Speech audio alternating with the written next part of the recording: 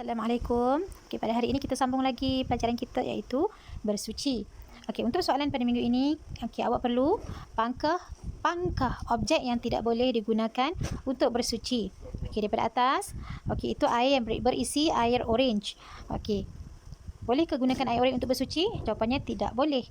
Yang seterusnya adalah roti. Roti sejenis makanan. Roti pun tidak boleh digunakan untuk bersuci. Bawah air pipe, itu air mutlak boleh digunakan untuk bersuci. Seterusnya air kelapa. Sama juga air kelapa sejenis minuman, air yang suci tapi dia tidak boleh menyucikan.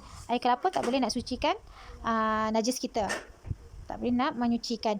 Yang seterusnya batu. Batu merupakan salah satu daripada alat bersuci sekiranya ketiadaan air. Yang seterusnya tulang. Tulang tidak boleh digunakan untuk bersuci. Sebab apa? Tulang ni adalah makanan jin dan syaitan. Yang seterusnya adalah Al-Quran. Al-Quran merupakan kitab suci Allah Ta'ala. Jawapannya tidak boleh digunakan untuk bersuci. Sama juga dengan buku. Buku tak boleh digunakan untuk bersuci. Seterusnya untuk soalan yang ini, awak perlu warnakan jenis air yang bersih, yang suci lagi menyucikan. Air yang suci lagi menyucikan. Apa dia air yang bersuci lagi menyucikan?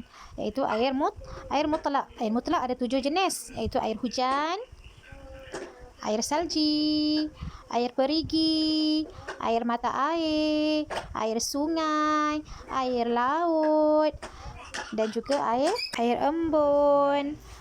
Itu merupakan jenis-jenis air mutlak, air yang bersih, air yang suci lagi menyucikan. Berdasarkan gambar yang tertera di sini, ada ke air-air tu yang saya sebut?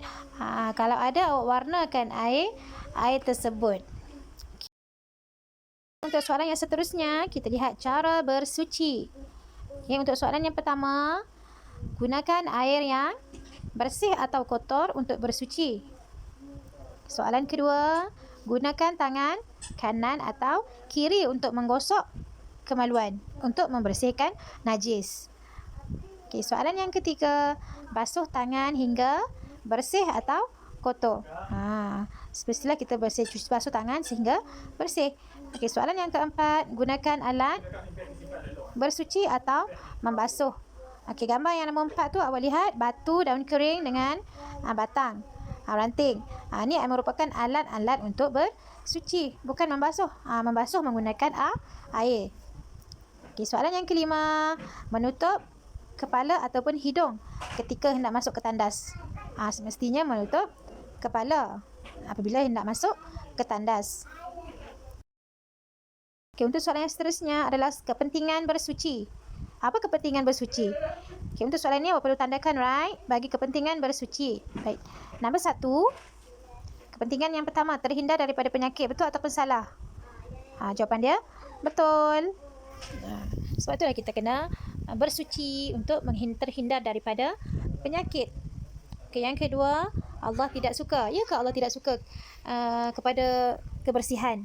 Jawapannya salah. Allah tu sukakan benda yang bersih. Allah tu sukakan kebersihan. Yang ketiga, mudah mendapat penyakit. Betulkah jawapan ni? Jawapannya salah. Bila kita bersuci, dapat menghindari daripada penyakit, bukan mudah mendapat penyakit. Kita akan mudah mendapat penyakit jika kita tidak bersih. Sekiranya kita tidak bersuci. Yang keempat, rasa kotor. Rasa kotor. Ya ke? Yang kelima, rasa selesa. Yang keenam, ibadat diterima Allah.